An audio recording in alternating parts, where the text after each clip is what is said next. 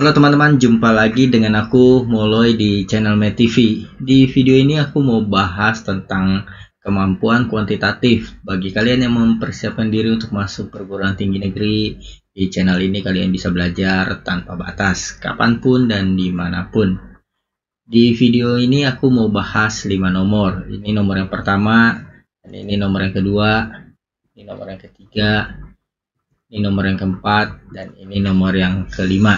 Pastikan kalian ikuti sampai selesai supaya kalian bisa ke 5 nomor tersebut. Dan nanti di akhir video, kalau kalian merasa video ini bermanfaat untuk kalian belajar, kalian boleh tinggalkan jejak di video ini. Boleh like, boleh komen, boleh subscribe. Dukungan dari kalian sangat bermanfaat buat aku, buat kemajuan channel ini, dan buat banyak orang untuk belajar di channel ini. Oke, langsung saja aku bahas dari nomor yang pertama. Sebuah hotel akan membuat papan nomor kamar. Pemilik hotel berkeinginan menggunakan angka ini. Dan nomor yang terbentuk terdiri dari 3 angka berbeda dan bernilai lebih dari 500. Banyak papan nomor kamar yang dapat dibuat adalah, soal kayak begini mudah ya teman-teman. Jadi kalau aku misalkan ini kan 3 angka ya, terdiri dari 3 angka. Kalau aku misalkan tulis begini, misalkan depannya 2, belakangnya disembunyikan 3 angka, ini disembunyikan. Nah ini teman-teman bisa tahu ya, ini lebih besar dari 500 gak? Kalau angka depannya 2 terus belakangnya disembunyikan. Nah ini kita bisa tahu ya bahwa ini angkanya kurang dari 500 pasti, karena depannya 2, berarti ini kan 200 berapa gitu ya. Nah kemudian kalau misalkan di sini misalkan angka 6, yang di sini disembunyikan 2 angka, kita bisa tahu gak ini angka lebih besar dari 500 atau tidak? Tidak bisa tahu ya, ini karena depannya kita tidak tahu, jadi tidak tahu ini bakal lebih besar dari 500 atau tidak ya. Begitu juga kalau angka yang dikasih tahu di belakang, misalkan 8. Nah ini kita juga tidak tahu lebih besar dari 500 atau tidak. Yang bisa kita tahu lebih besar dari 500 atau tidak itu yang ini ya. Yang ini kita bisa tahu nih, ini angka lebih besar dari 500 atau tidak. Kalau kita lihat di sini depannya 2, pasti ini 200-an, maka lebih rendah dari 500. Jadi untuk kali ini kita bisa tahu dia lebih besar dari 500 atau lebih kecil dari 500 itu dari angka depannya ya. Coba kita lihat, kalau ini tidak dikasih tahu angka depannya, kita tidak tahu ini bakal lebih besar dari 500 atau tidak, karena depannya tidak dikasih tahu.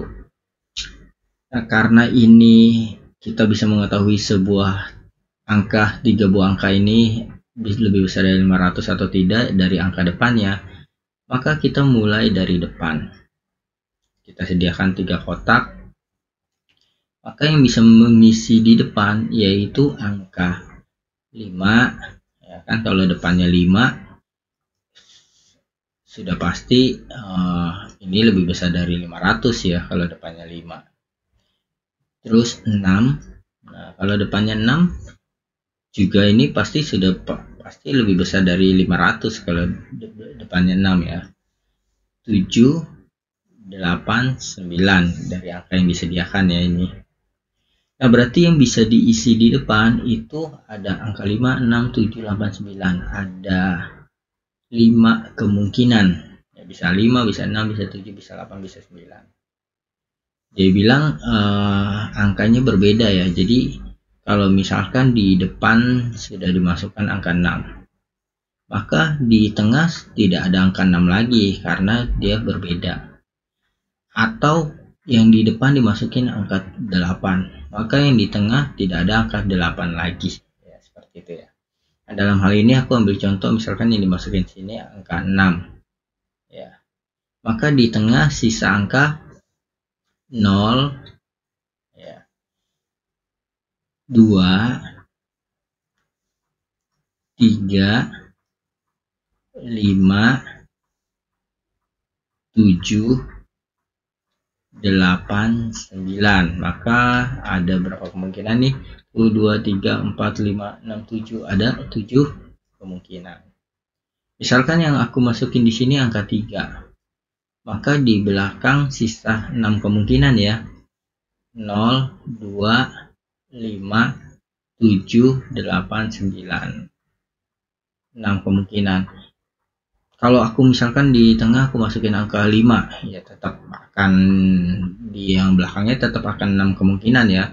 Karena jadi 0, 2, 3, 7, 8, 9 ya. Kalau masukin angka 7, ya tetap di belakang tetap 6 kemungkinan. Jadi seperti itu. Bebas aja ini kita menentukannya ya. Mau masukin angka berapa di sini di tengah. Nah, berarti hasilnya tinggal kita kali saja. 5 kali 7 kali 6. Kita hitung lebih mudah ini kali ini dulu ya. 5 kali 6 30. Lalu kali 7. 3 kali 7 kan 21. Tulis nolnya 1. Jadi 210. Nah, ini mudah ya. Oke, kita langsung ke soal berikutnya. Oke, untuk yang nomor 2 ini caranya mudah ya. Jadi ini dia nanya perbandingan antara luas yang diarsir ini dengan persegi panjang. Kalau kita lihat di sini kan beda-beda nih. Ini ukurannya ini C, ini A sama C, ini B, ini 2B. Nah, ini kita samakan dulu ke dalam satu variabel. Di soal diberi keterangan 10A sama dengan 5B sama dengan 2C. Ini artinya kita bisa tulis 10A ini sama dengan 5B. Berarti ini kita bagi 5, ini kita bagi 5. Jadi B sama dengan 2A. Kemudian yang ini 10A sama dengan 2C. Ini kita bagi 2. Jadi C, ini kan 10A sama dengan 2C ya. Kita bagi 2, jadi 5A. Nah, dari sini kita bisa tahu nih. B itu 2A, C ini 5A. Jadi semua kita ganti ke dalam variabel A.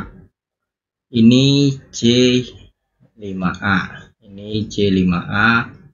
Kemudian C yang di sini juga 5A. B-nya ini 2A.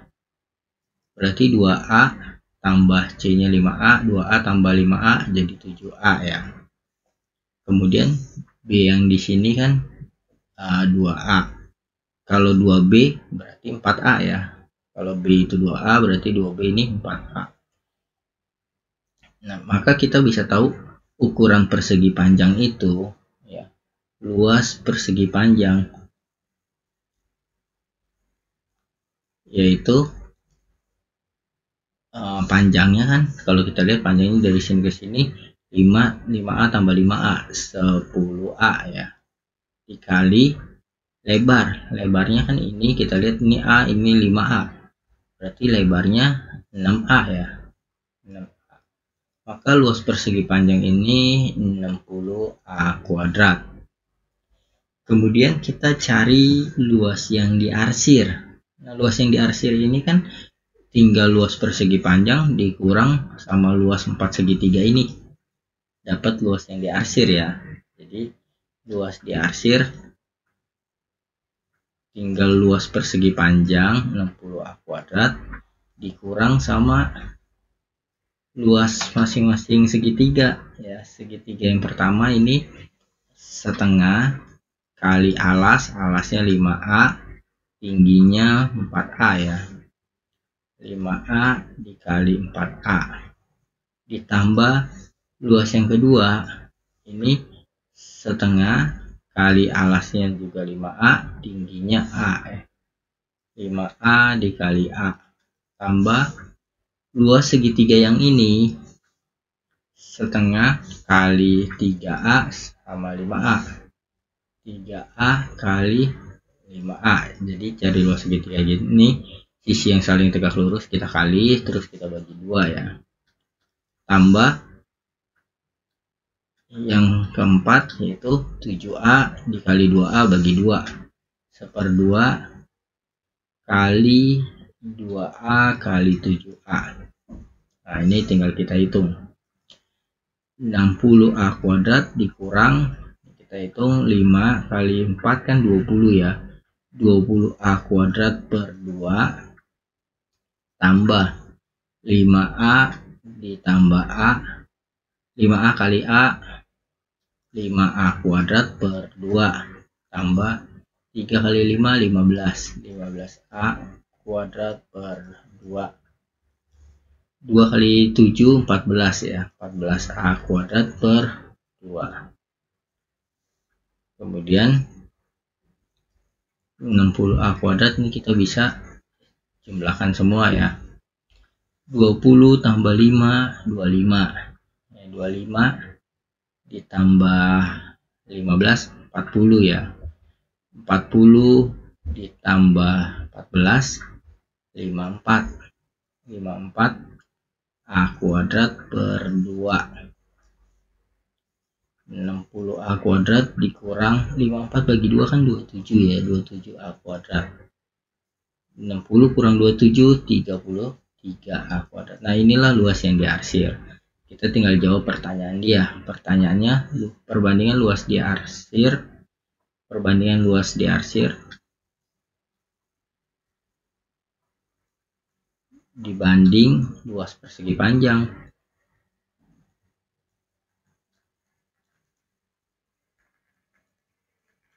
Luas yang diarsir kan 33A kuadrat per luas persegi panjangnya kan 60A kuadrat. Ini A kuadratnya bisa dicoret. 33 sama 60 sama-sama bisa dibagi 11 ya. Sama-sama bisa dibagi 3 ya. Ini dibagi 3 11, ini dibagi 3 20. Berarti jawabannya yang B. Sekarang kita lihat nomor yang ketiga. Jika ABCD adalah jajar genjang, maka besar sudut Y adalah, nah ini mudah teman-teman, 56 kalau ini 56, ini juga 56. Alasannya apa? Karena dia kalau ada garis sejajar seperti ini nih, ini kan garisnya sejajar nih, karena jajar genjang ya, sejajar, maka sudut yang ini dengan ini sama, sudut ini dengan ini sama, sudut ini dengan ini sama ya. Yang aku tandain sama berarti yang ini sama ya, besar sudutnya sama. Terus yang sebelah sini dengan sebelah sini sama. Alasannya apa? Sehadap ya. Yang ini sama-sama ngadep sini, sama-sama ngadep sini, maka besar sudutnya sama. Nah, kalau kita lihat ini sama ini sehadap ya, maka ini juga 56. Kemudian kalau ini 56, ini 55, maka ini sudut ini kan 180 dikurang ini sama ini, dikurang sudut yang F yang sebelah sini. Ini 180 dikurang 56 tambah 55 ya. Karena total sudut dalam segitiga kan 180, berarti cari sudut ini 180 kurang ini. Kemudian cari sudut Y, ini kan saling berpelurus, maka ini totalnya juga 180. Jadi cari sudut Y 180 kurang sudut ini. Sudut ininya 180 dikurang 56 tambah 55 seperti ini. Nah, kalau kita lihat 180 kurang 180 kan habis. Terus ini min ketemu min jadi positif. Positif 56 tambah 55. Maka kita dapat sudutnya 111 derajat. Atau kalau mau teman-teman tahu rumusnya, ini kalau ada sudut A, ini B, terus ini C, maka berlaku hubungan A tambah B itu sama dengan C, seperti itu.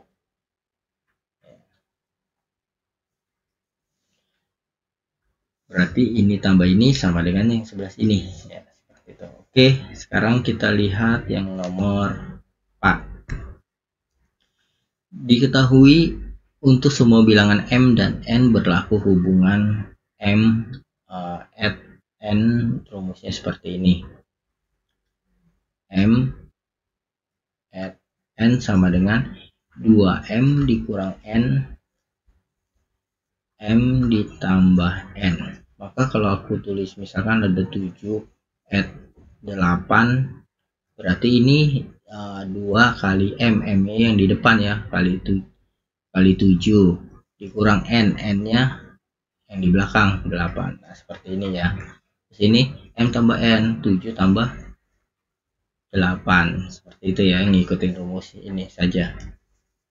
Nah, di sini tapi teman-teman perlu hati-hati ya. Kenapa perlu hati-hati? Di sini jangan sampai teman-teman masukin rumus ini, angka ini ke sini.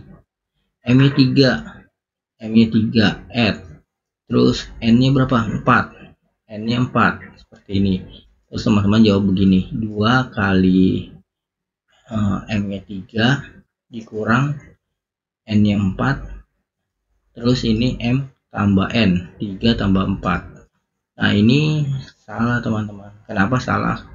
Mungkin teman-teman bilang, ya kan kita sudah ngikutin rumus ini, M-nya 3, N-nya 4. Nah, kenapa salah? Karena dia maunya seperti ini teman-teman. Jadi dia mau yang di depan ini 4 add, yang di belakang si M 3 ya, yang di belakang 3. Nah, setelah kita tulis dalam bentuk seperti ini, baru kita ikutin rumus ini teman-teman. 2 kali M, M-nya yang di depan yaitu 4 dikurang N, N-nya yang di belakang yaitu 3, terus ini M tambah N, 4 tambah 3.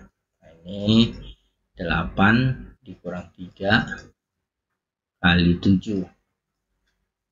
8 kurang 3 kan 5 ya. 5 kali 7 3, 5. Seperti itu. Oke, sekarang soal yang terakhir.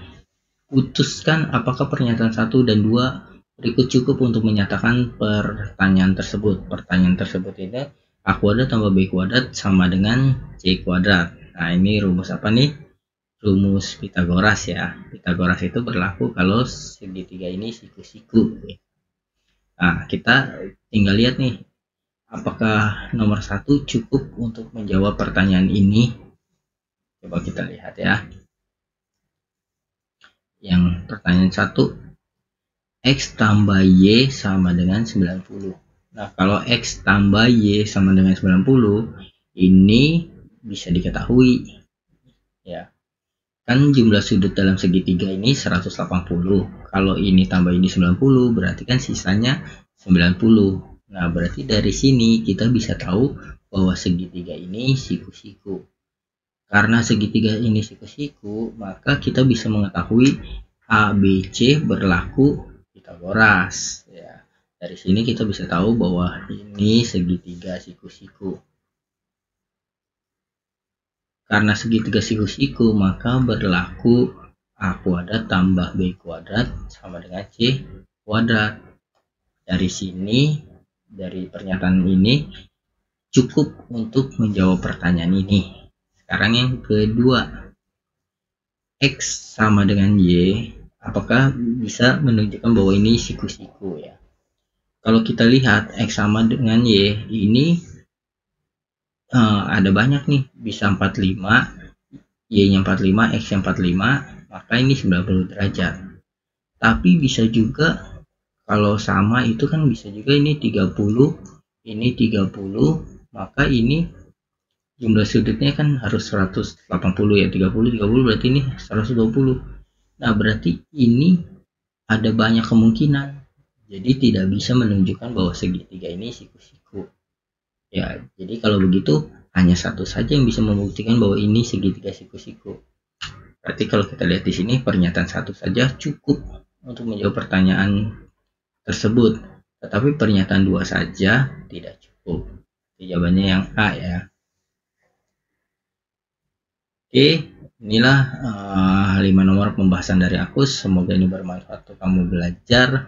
Dan jangan lupa tinggalkan jejak di video ini. Boleh like, boleh komen, boleh subscribe, supaya kamu juga bisa update video aku terbaru. Sampai jumpa di video aku selanjutnya. Dadah.